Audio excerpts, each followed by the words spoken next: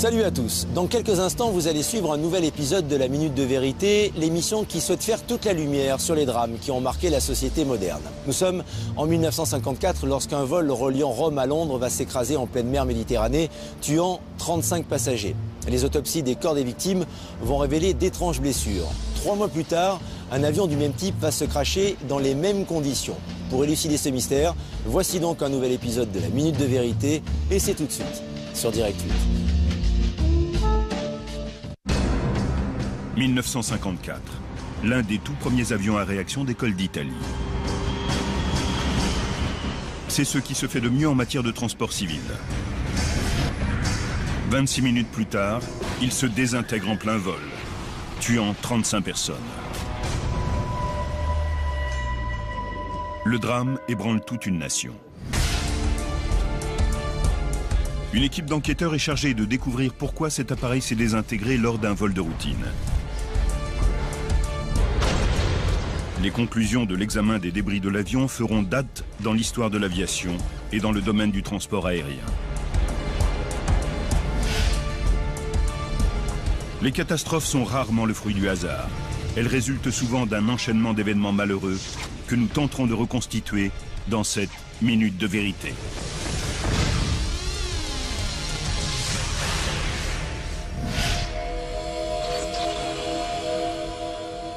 En 1954, un vent d'optimisme souffle sur l'Europe. Le cauchemar de la Seconde Guerre mondiale se dissipe et les anciens ennemis tissent de nouveaux liens. La mode est à l'esprit d'entreprise. L'aviation civile est en plein essor grâce aux progrès technologiques réalisés durant le conflit. En 2 ans, le nombre de passagers a presque doublé.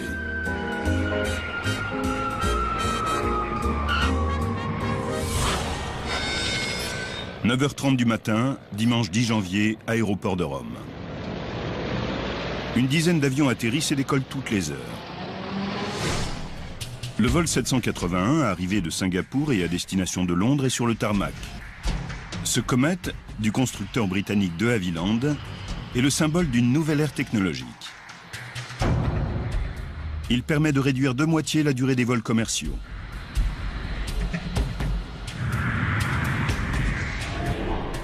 Les Britanniques confirment ainsi leur suprématie dans le domaine aéronautique.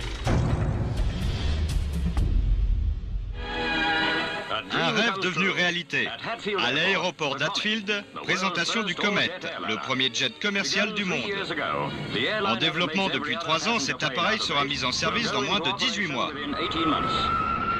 Sa conception révolutionnaire est le fruit du savoir-faire militaire du constructeur de Havilland. Propulsé par 4 réacteurs Ghost, cet avion peut transporter 42 personnes à 800 km/h, presque 2 fois plus vite que ses concurrents. Pour atteindre cette vitesse, il vole à 12 000 mètres d'altitude, où la résistance de l'air est moindre. De telles performances étaient jusqu'à présent réservées aux avions de chasse militaires. 20 mois après son lancement, 17 appareils sont en service. 9 appartiennent à la compagnie britannique BOAC, dont ce vol 781. 9h40. L'ingénieur de BOAC, Jerry Bull, contrôle le train d'atterrissage du Comet. Il cherche d'éventuelles fuites de carburant, une dégradation des pneus ou des marques sur la cellule de l'avion. Il inspecte la structure en aluminium ultra légère de l'appareil, extrêmement fine et vulnérable. On cherche la moindre dégradation, et je n'en ai remarqué aucune ce jour-là. Je me suis dit que l'appareil était en parfait état. À 10h, Bull termine l'inspection. L'équipage le rejoint. À 31 ans, le commandant de bord, Alan Gibson, est un des plus jeunes pilotes de BOAC. Le commandant Gibson était un homme compétent, pas du genre à paniquer. Il était sûr de lui. À l'aéroport de Rome, les membres de la nouvelle Jet Set prennent le petit déjeuner. Parmi eux, de nombreux enfants qui retournent en Angleterre pour la rentrée, tout excités à l'idée de monter à bord du premier avion à réaction. Chester Wilmot, célèbre journaliste de la BBC, est également du voyage. Il vient de couvrir le déplacement en Australie de la toute nouvelle reine d'Angleterre.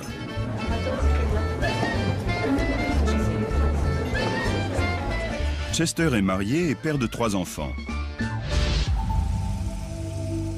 Il est particulièrement proche de sa fille de 10 ans, Jane, sourde de naissance. Celle-ci adore son père, sans savoir qu'il est l'un des journalistes préférés des Britanniques.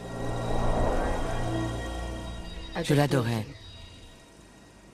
Je savais qu'il passait à la télévision et qu'il écrivait des livres, mais j'ignorais qu'il était aussi célèbre. Pour moi, c'était juste mon père. 10h05. Les derniers bagages sont placés dans la soute du vol 781. 29 passagers et 6 membres d'équipage sont à bord. Bernard Butler, 23 ans, est l'un des passagers. Ingénieur en électricité, il travaille au Bahreïn pour économiser de l'argent et se marier. Il est fiancé à Pat Knight depuis 2 ans et ils doivent se marier dans 2 semaines. J'avais fait les robes pour les demoiselles d'honneur. Les invitations étaient parties et on avait déjà reçu des cadeaux. Tout était organisé. Bernard rentre chez lui avec une surprise, une robe de mariage pour Pat.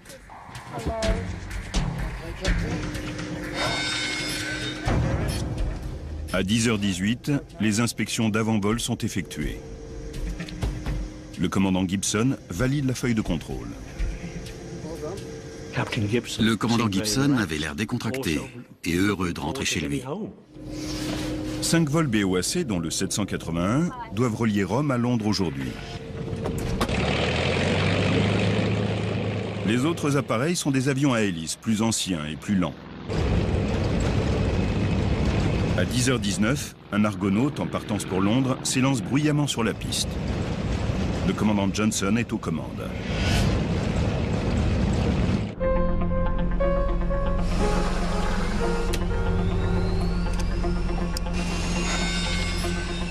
À 10h30, 11 minutes après le décollage de l'Argonaute, le Comet roule sur la piste.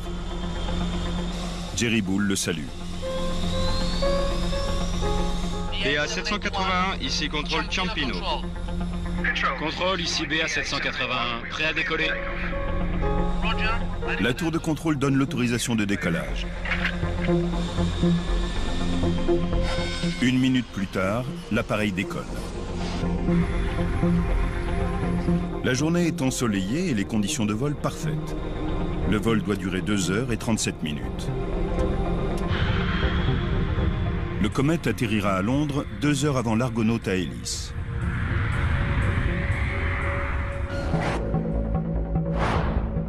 Les constructeurs américains Boeing et Douglas sont dépassés par de Havilland, qui espèrent s'approprier le marché.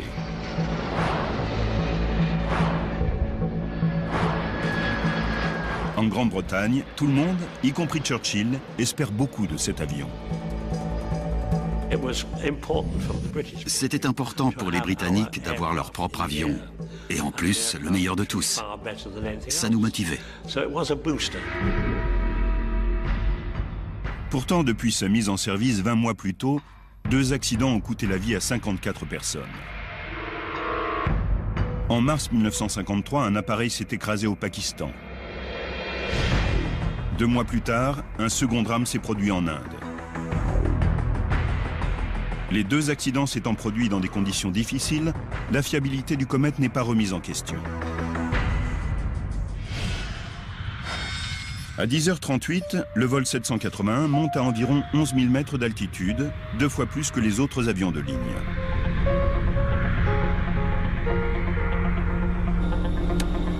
Pour le confort des passagers, l'ingénieur dans le cockpit active un système de pressurisation. La pression dans la cabine est ainsi équivalente à celle qu'on ressent à 2500 mètres, un niveau facilement toléré par le corps humain.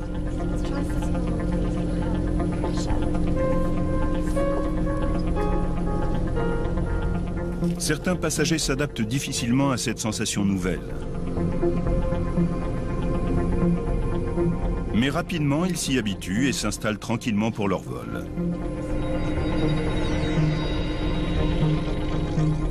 Ils ignorent qu'ils n'arriveront jamais à Londres.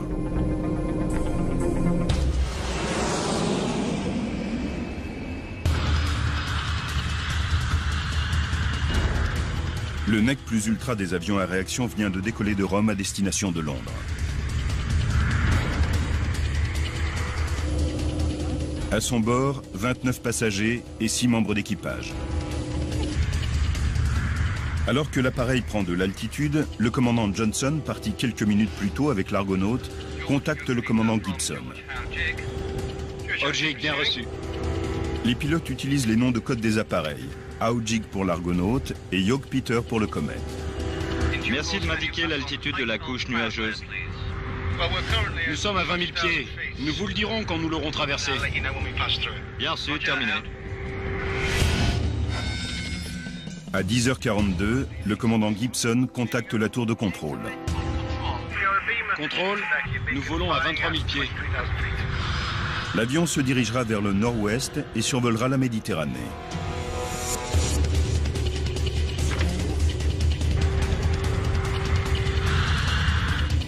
Vous désirez un thé, monsieur?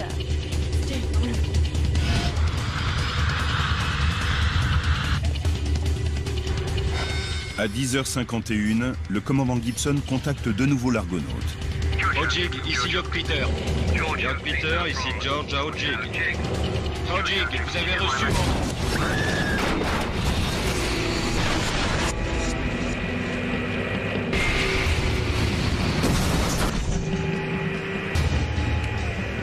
Il ne finit pas sa phrase. York Peter, répondez.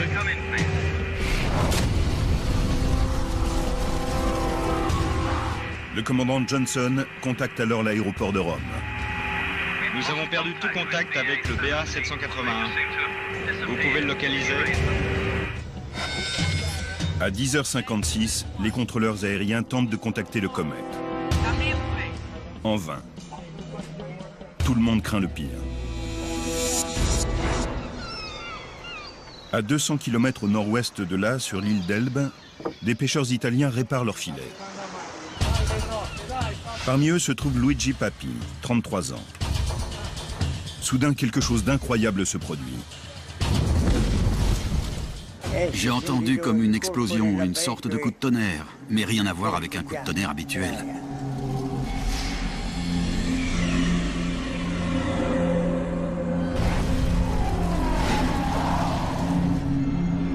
Stupéfait, il regarde les débris de l'avion en flammes tomber du ciel.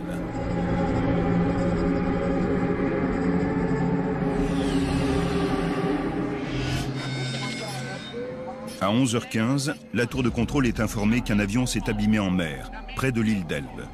Leurs pires craintes sont confirmées.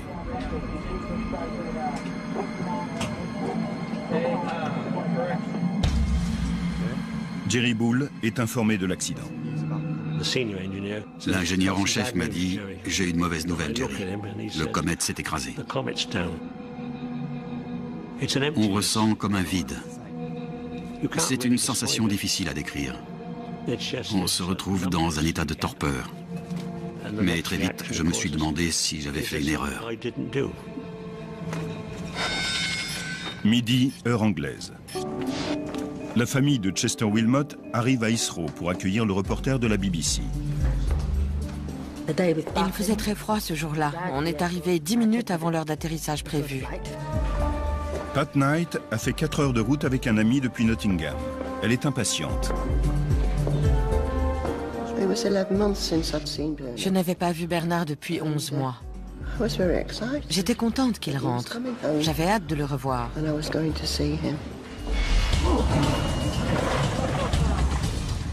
À 1200 km de là, des bateaux de pêche quittent l'île d'Elbe en direction du lieu de l'accident. Au début, on ne voyait rien. Et puis, on a vu des mouettes qui picoraient quelque chose. On s'est approché et c'était là que l'avion était tombé.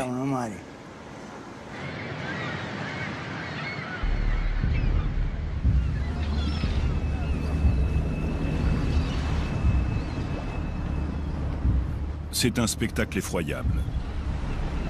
Des corps et des débris de l'appareil flottent à la surface. Au milieu de ce carnage, une robe de mariée.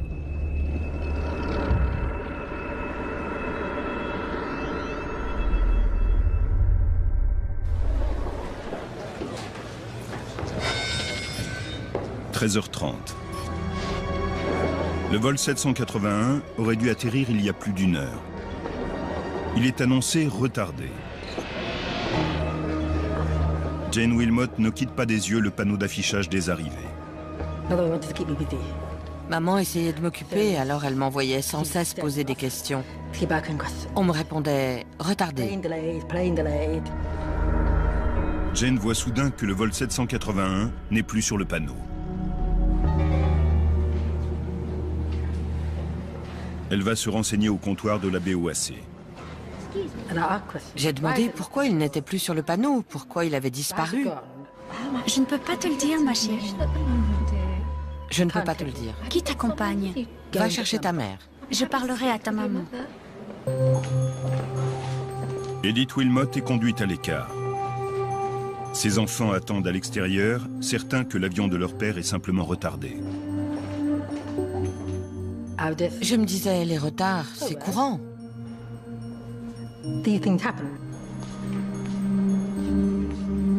Edith revient, visiblement choquée, les larmes aux yeux.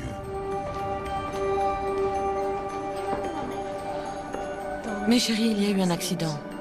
Elle explique à ses enfants que Chester est mort. Jane ne reverra plus son père adoré. Je n'arrivais pas à y croire. Je savais qu'il rentrait pour mon anniversaire. Je me répétais que ce n'était pas sa faute. C'était celle du pilote.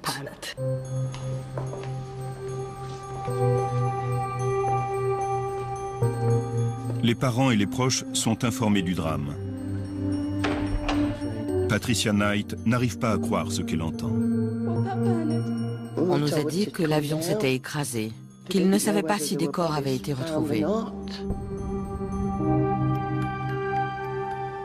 On ne pouvait rien faire.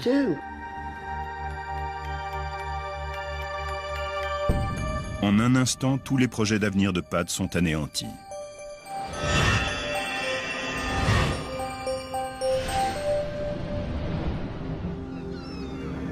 En Italie, les pêcheurs commencent à récupérer les corps.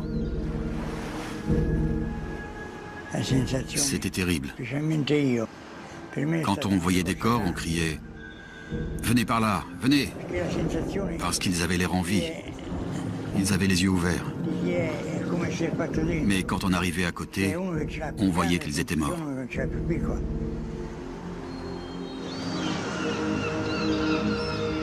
Au total, 35 personnes périssent dans le crash du vol 781.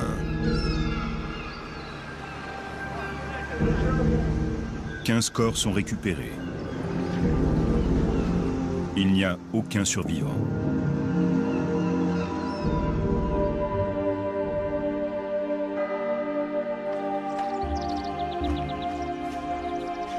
Les corps sont transportés dans une chapelle de Porto Azzurro.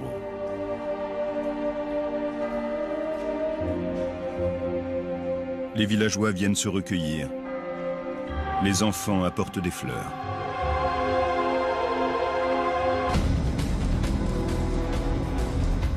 La catastrophe fait la une des journaux du monde entier.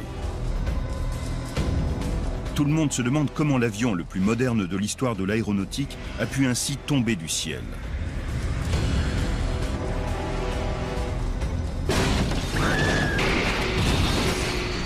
S'agit-il d'un tragique accident ou de quelque chose de plus effroyable?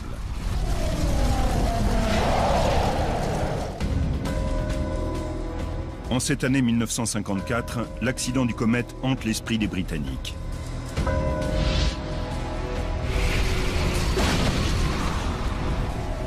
Pourquoi l'avion à réaction le plus sophistiqué du monde s'est-il désintégré en plein vol?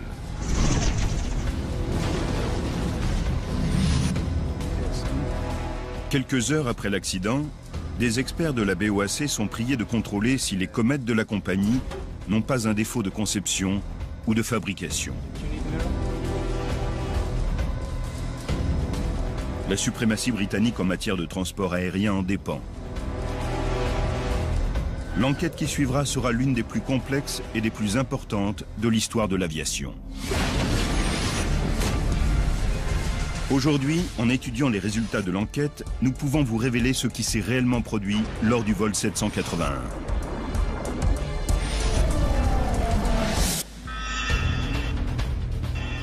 Paul Withey est un métallurgiste aéronautique. Pendant 6 ans, il a étudié l'enquête sur l'accident du Comet et ses répercussions sur la sécurité aéronautique. En l'absence de protocole d'enquête sur les accidents aériens, la tâche était ardue. Les enquêteurs étaient obligés d'imaginer de nouvelles techniques pour analyser cet accident. Ils ont mis au point des tests, des méthodes au fil de l'enquête. Withey veut s'assurer que les conclusions de l'enquête étaient fondées. Un demi-siècle après la catastrophe, il va réexaminer les preuves. Si ces conclusions divergent, il réécrira l'histoire des enquêtes sur les accidents aériens. À l'époque, les enquêteurs avaient rencontré une première difficulté. En 1954, il n'y avait ni boîte noire, ni enregistreur de vol. On ne pouvait pas savoir ce qui se passait dans l'avion au moment de l'accident. Leur meilleur indice, l'épave, repose au fond de la Méditerranée. Les enquêteurs devront donc élucider ce mystère avec très peu de preuves matérielles. La presse avance la théorie d'un sabotage.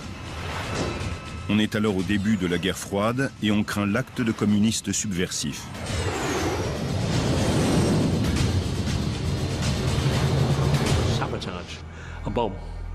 Tout de suite, les gens ont parlé d'un sabotage, d'une bombe.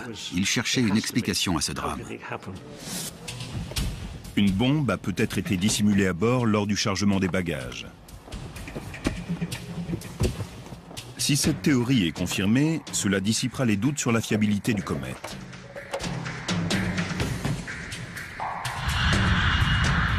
La fierté et la prospérité de toute une nation dépendent du succès du Comet. Une personne en particulier suit l'enquête de très près, Winston Churchill.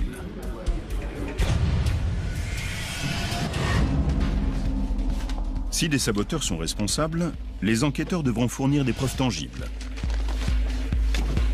Ils savent que le vol 781 volait à environ 11 000 mètres d'altitude quand quelque chose l'a fait se désintégrer.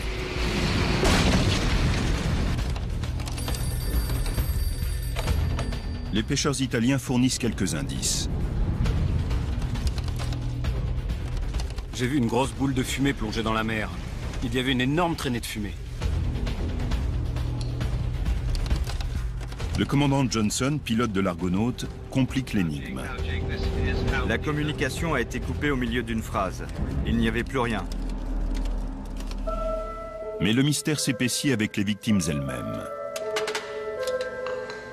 Quelques heures après l'accident, le docteur Anthony Fornari, médecin légiste, examine les corps. Au cours de sa longue expérience, jamais il n'a vu une telle série de blessures. Les victimes ont des membres fracturés et des côtes brisées. Mais ces blessures sont post-mortem. Ce qui déconcerte Fornari, c'est que de nombreux corps ont des marques de fracture du crâne, qui, elles, sont antérieures à la mort. Il découvre un autre indice curieux. Les poumons de la plupart des victimes ont éclaté comme des ballons. Pour couronner le tout, le légiste ne trouve aucun signe pour étayer l'hypothèse d'une bombe. Ce cas particulièrement ardu le laisse perplexe. Face à l'insuffisance de preuves, les enquêteurs sont dans l'impasse. Inquiet, le Premier ministre Churchill réunit ses conseillers et prend une mesure sans précédent. Il ordonne à la Marine nationale de renflouer l'épave du vol 781. Ses ordres sont simples: localiser et récupérer le Comet. Mais ça n'est pas aussi facile. Jamais encore une telle opération n'a été effectuée. L'épave gît à 120 mètres de profondeur et personne ne sait exactement où. Si un avion s'écrasait aujourd'hui dans ce genre de circonstances, la boîte noire aurait un transpondeur qui indiquerait le lieu où se trouve l'épave. La marine n'avait pas cette information. Le Wrangler, un contre-torpilleur britannique, explore une zone de 260 km². 3 navires de sauvetage sont sur place, avec des équipements de pointe, comme une caméra sous-marine et une chambre de visualisation des fonds marins. Mais la mauvaise météo retarde les opérations. Enfin, le 12 février, 33 jours après l'accident, des experts identifient le premier débris de l'épave grâce à une caméra sous-marine. Des plongeurs entrent en action. Pendant plusieurs semaines, des fragments de l'appareil sont expédiés en Angleterre pour y être examinés. Puis une large section du fuselage arrière est localisée et renflouée.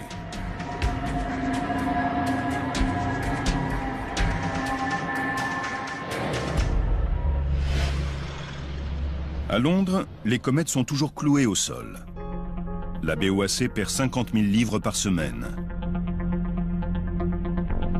Les enjeux financiers sont tels que le 23 mars, 10 semaines après le drame, le gouvernement donne son feu vert pour que BOAC reprenne ses activités.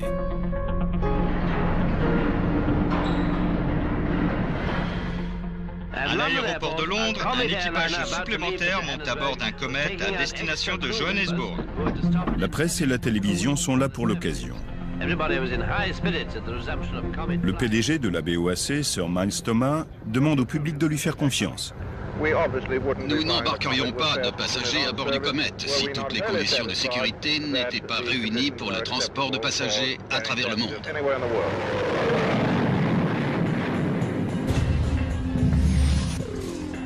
L'épave du vol 781 arrive en Angleterre fragment après fragment.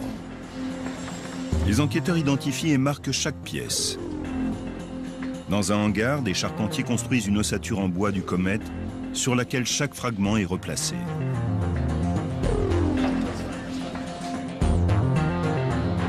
Les comètes ayant repris du service, il est plus important que jamais de trouver les causes de l'accident.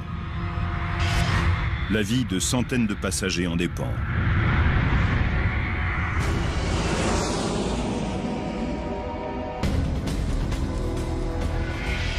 Avril 1954. Alors que les enquêteurs cherchent toujours des indices, le gouvernement britannique a autorisé BOAC à reprendre ses vols. C'est une terrible erreur.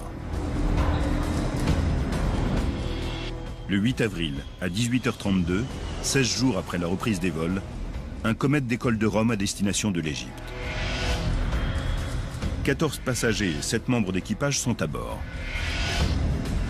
33 minutes plus tard, le pilote indique qu'il vole à 11 000 mètres d'altitude. Ce sera son dernier message.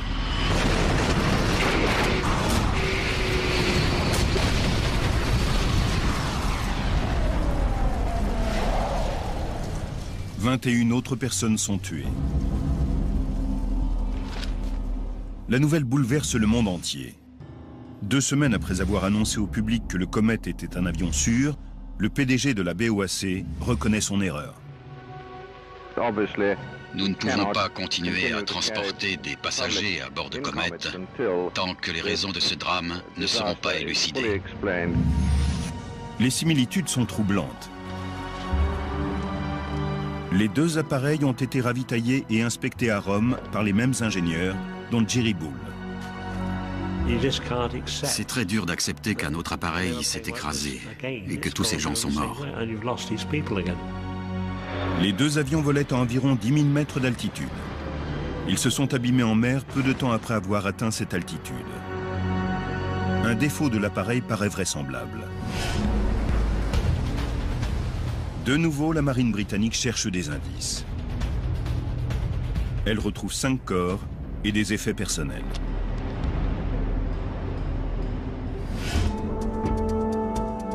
Churchill prend alors une décision capitale. Il confie l'enquête au RAE, le plus important centre britannique de recherche en aéronautique. Sir Arnold Hall dirigera cette enquête. Chercheur à Cambridge, c'est l'un des plus grands scientifiques de sa génération.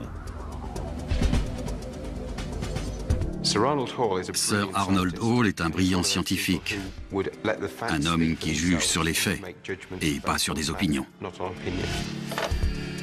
Les instructions de Churchill sont « Tous les moyens financiers et humains doivent être mis en œuvre sur cette enquête ». Mais même pour un homme aussi qualifié que Hall, c'est une mission difficile. La seconde épave gît à 1000 mètres de profondeur et ne pourra pas être renflouée.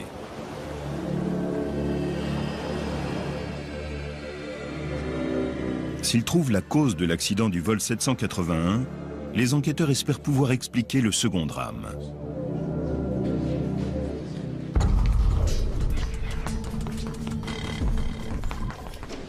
Durant 4 mois, l'épave du 781 est méthodiquement reconstituée à Farnborough, où est basé Sir Arnold Hall. C'est un travail révolutionnaire. Jamais aucune reconstruction d'épave n'avait été réalisée. Les enquêteurs ont appris sur le tas et inventé des techniques et des outils pour reconstituer l'appareil endommagé.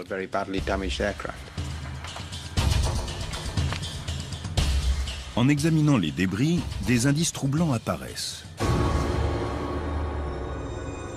Des bouts de moquette, des cachets provenant de la trousse de pharmacie, un coin du miroir des toilettes et des fragments de bagages sont retrouvés coincés dans la partie arrière du fuselage, sous la dérive de l'avion. Cela semble indiquer qu'une explosion à l'avant de la cabine a envoyé les effets personnels vers l'arrière de l'appareil. La question est, pourquoi et où y a-t-il eu une explosion ?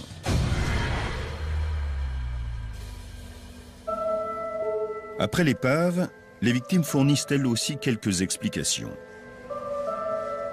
4 des corps retrouvés après le second accident sont envoyés à Londres pour une autopsie. Les blessures sont identiques à celles des passagers du vol 781. Fracture du crâne et poumons éclatés.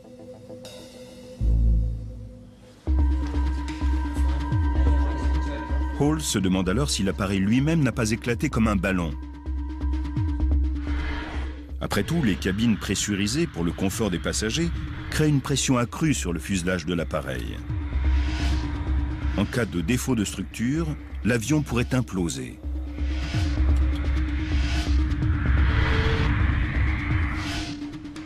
Jamais une décompression aussi violente ne s'est produite sur un avion de ligne.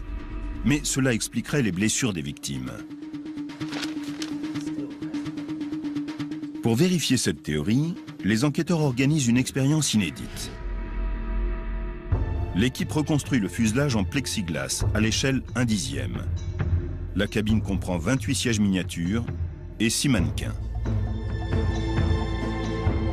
Cette maquette est placée dans une chambre de pressurisation. Quand la pression atteint le même niveau qu'à 12 000 mètres d'altitude, l'équipe fissure délibérément le fuselage.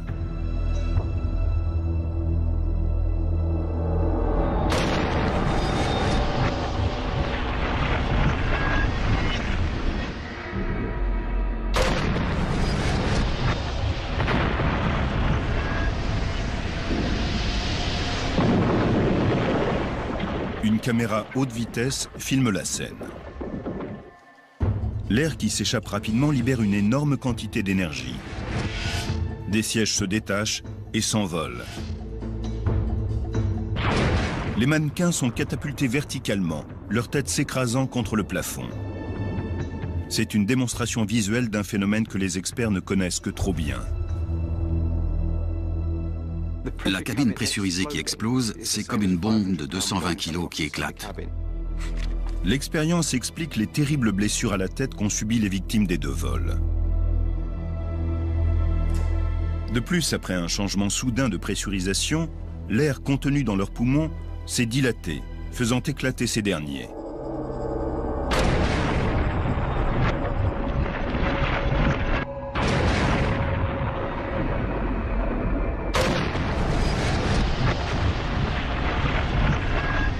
Si une décompression explosive peut expliquer les 2 accidents, l'enquête doit déterminer la cause de cette faiblesse dans la structure du fuselage.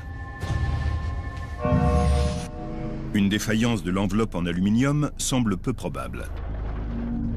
D'après les essais du constructeur, la durée de vie du fuselage est de plus de 10 000 vols. Les deux avions qui se sont écrasés sont loin du compte. Mais Sir Arnold Hall ne veut rien laisser au hasard. Il décide de tester la structure de l'avion. Pour Sir Arnold Hall, la dépressurisation était une des causes possibles. Comme il voulait que tout soit vérifié, c'était juste un test parmi d'autres. Mais d'abord, les enquêteurs examinent de près la conception du comète. Ils découvrent que pour résister aux contraintes des nombreuses pressurisations, la cellule de l'appareil doit être très résistante tout en étant légère. Pour cela, de Havilland a développé un alliage d'aluminium d'environ 1/2 millimètre d'épaisseur.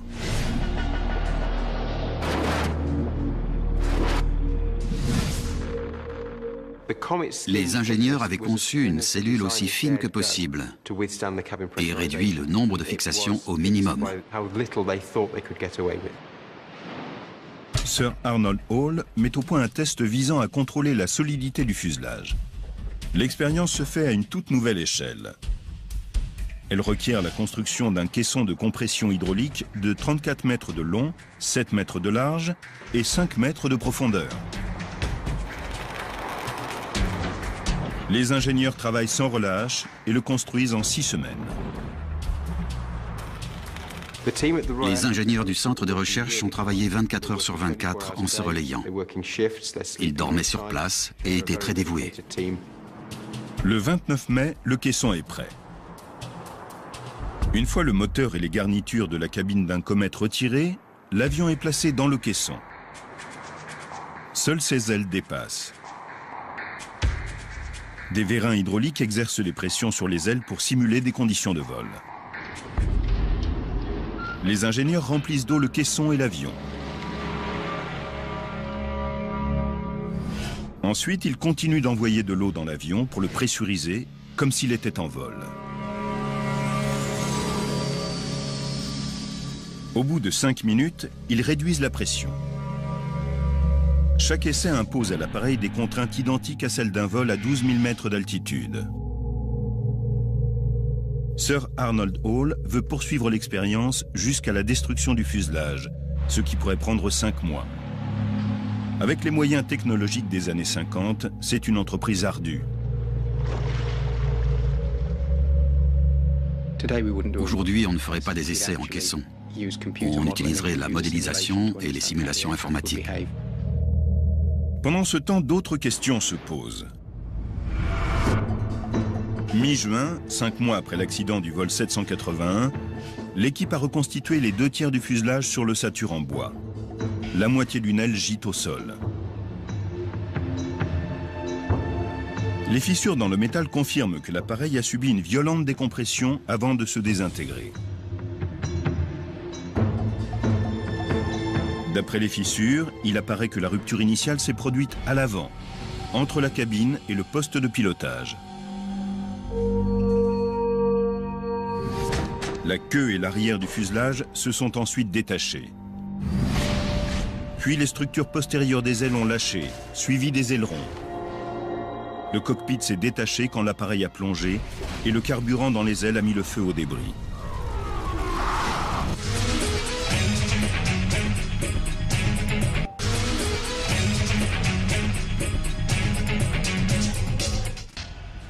Mais la cause exacte du drame reste à déterminer. Le 24 juin, les ingénieurs chargés de l'essai en caisson informent Sir Arnold Hall qu'ils ont du nouveau.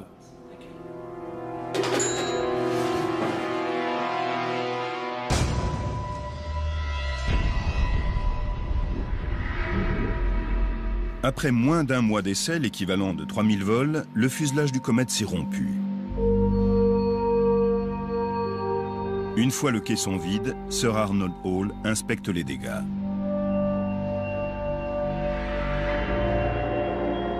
Il découvre une fissure de 2 mètres de long et 1 mètre de haut qui suit la ligne des hublots et des portes.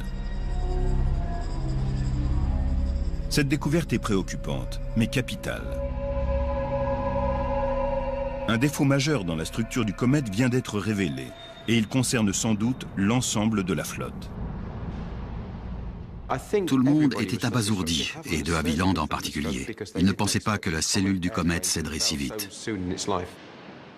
Mais comment expliquer cette défaillance? On avance alors l'hypothèse d'une fatigue des métaux. Paul Weffe connaît bien ce phénomène. Cette feuille d'aluminium est identique à celle de la cellule du comète, mais plus fine. Un cycle de sollicitation ne la brisera pas, mais si la sollicitation est répétée... La fatigue est causée par la flexion répétée d'un métal dans un sens, puis dans l'autre. Là, ça fait 3 ou 4 mm sur cette feuille. Au bout d'un certain temps, de minuscules fissures se forment. La fissure se propage sur tout l'échantillon. La fissure s'agrandit régulièrement et c'est la rupture. Or, cette explication pose deux problèmes. Tout d'abord, la fatigue des métaux laisse des traces microscopiques à la surface du métal. Même si, dans les années 50, la technologie en est encore à ses balbutiements, aucun débris repêché ne permet d'étayer cette thèse.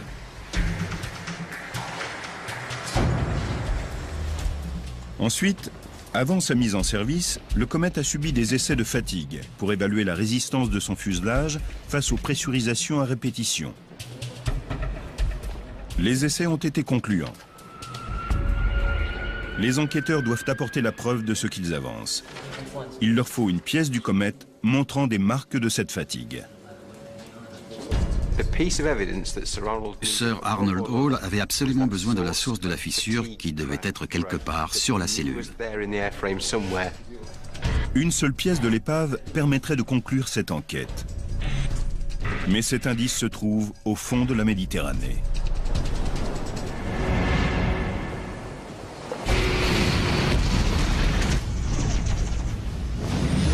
Sir Arnold Hall est désormais convaincu que les accidents des comètes ont été provoqués par une fissure dans la cellule de l'appareil. Après un seul essai de pressurisation sur la cabine du comète, les enquêteurs examinent la fissure de 2 mètres de long qui s'est formée sur le fuselage. Leurs découvertes sont inquiétantes. Ils s'aperçoivent que la fissure est partie d'un hublot de secours à l'avant. Jusque-là, rien d'étonnant. Les contraintes subies par l'appareil devraient être réparties uniformément sur le fuselage. Mais quand il y a une porte ou un hublot, la contrainte se concentre sur ces zones plus sensibles.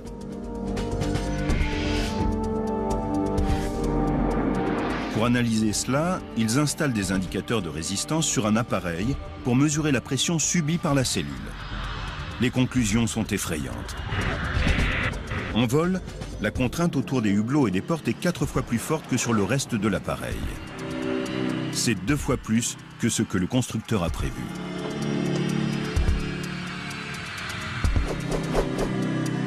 Autre détail inquiétant, les bords des hublots sont fixés avec des rivets au lieu d'être collés. Or, ces rivets ne sont pas forés, mais enfoncés dans le métal. De quoi créer de petits défauts de fabrication qui, au fil des vols, peuvent donner des fissures de fatigue. Un défaut de fabrication multiplie les risques de fissures de fatigue. L'équipe d'enquêteurs de Sir Arnold Hall se rapproche du but. Mais le mystère n'est pas encore résolu. Ils n'ont aucune trace de fatigue sur les débris du vol 781. Il lui fallait une preuve pour que les conclusions de son enquête concordent de façon indiscutable avec l'accident. Le 12 août, 7 mois après l'accident, un chalutier italien remonte dans ses filets un gros fragment de l'épave. Il s'agit d'une section du toit qui comprend 2 petits hublots servant à émettre et recevoir des signaux radio.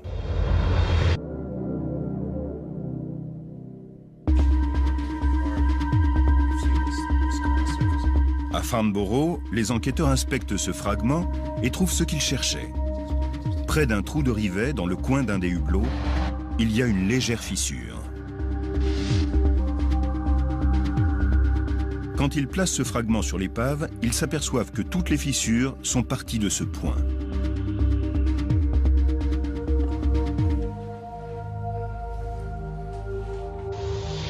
C'est la preuve qui leur manquait. L'avenir du comète, premier avion à réaction civile, dépend de la décision d'une commission d'enquête. Le 19 octobre, après 6 mois de travail intensif, Sir Arnold Hall présente ses conclusions à une commission d'enquête. Un détail fascine Paul Wethey. En 1954, les tests de fatigue étaient rudimentaires. La dernière preuve a été examinée avec un microscope ordinaire et les enquêteurs ont basé leurs conclusions sur leur expérience. Paul Wethey se rend au London Science Museum où est conservé ce fragment d'épave. Personne ne l'a réexaminé avec des méthodes modernes.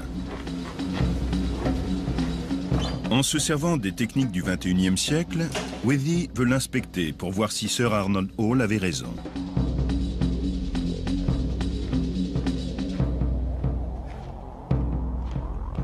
Pour protéger la section endommagée, la pièce a été montée sur une plaque. Près d'un trou de rivet se trouve la fissure qui serait à l'origine de la catastrophe.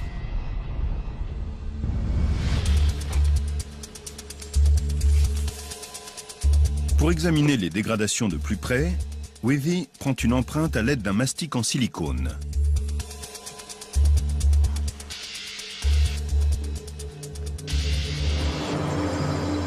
À l'Imperial College de Londres, il utilise un microscope électronique.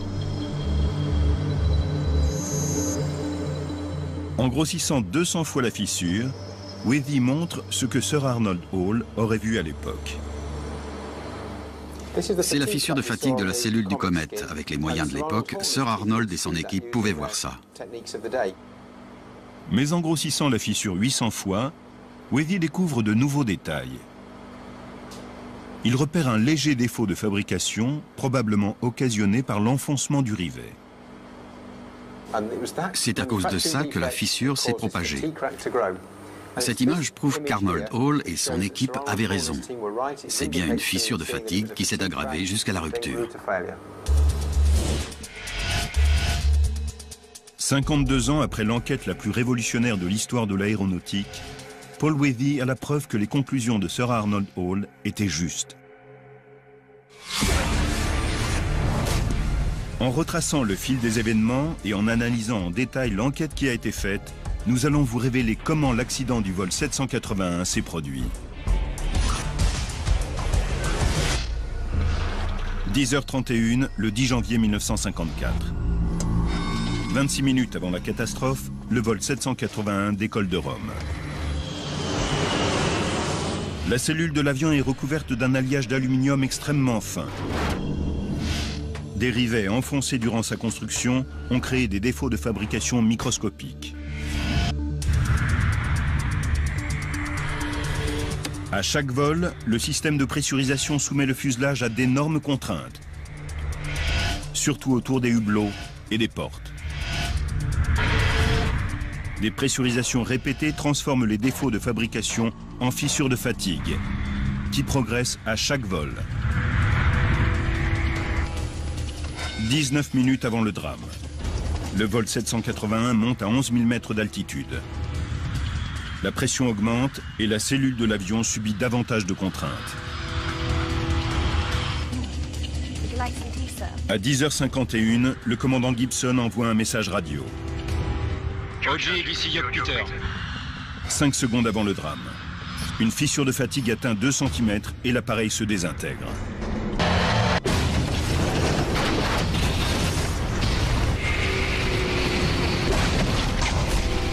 À 10h57, des débris du vol 781 tombent du ciel.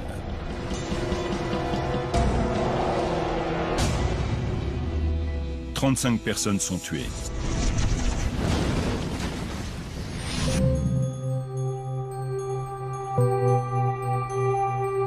Sur l'île d'Elbe, un monument aux victimes de ce drame a été érigé.